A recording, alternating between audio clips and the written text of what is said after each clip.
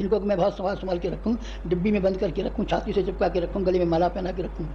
समय दीजिए आप मुझे। किस काम के लिए समय? जनजागृति के लिए और काय के लिए समय चाहिए? गुरु जी आपके पैर दबाया करें, पंखा झला करें, भाई साहब हमको पैर दबाने की ज़रूरत है ना, पंखा झलने की ज़रूरत है नहीं, आप कमज़ोर बुढ़े हो गए, यहाँ पे मालिश कर दिया करें भाई साहब, हमें मालिश कराने की ज़रूरत है, हमें कुछ ज़रूरत नहीं है। हमें तो सिर्फ एक ही काम की ज़रूरत है कि जो समय है, इस समय की पुकार और समय की मांग इतनी तेज़ होती जाती है कि हमारे कान फटे जाते हैं। उसको हम अकेला जिस सीमा तक करते हैं वो कम पड़ता है, इसलिए आपके सहयोग की बहुत ज़रूरत है। आप 4 घंटे रोज़, 4 घंटे में से 3 घंटे दीजिए, 3 घंटे नहीं सही तो 2 घंटे से कम में तो किसी तरह काम चले। 2 घंटे से कम समय देना तो फिर बिल्कुल बेकार है, उसमें तो कुछ काम ही नहीं बनता। फिर तो आप उन्हीं में ऐसे रहिए 24 लाखों में, जो जब बसंत पंचमी होती है तो हवन करने आ जाते हैं, और जब कुछ और होता है गायत्री जयंती तो जुलूस में शामिल हो जाते हैं, फिर आप उन्हीं में रहिए।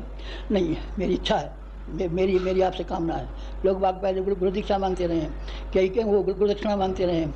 स्वामी दयानंद से गुरु दक्षिणा ब्रजानंद ने मांगी थी और कईयों ने मांगी थी। शिवाजी ने अपने गुरु को गुरु दक्षिणा दी थी, सारा राजपाट उनके सपोर्ट कर दिया था।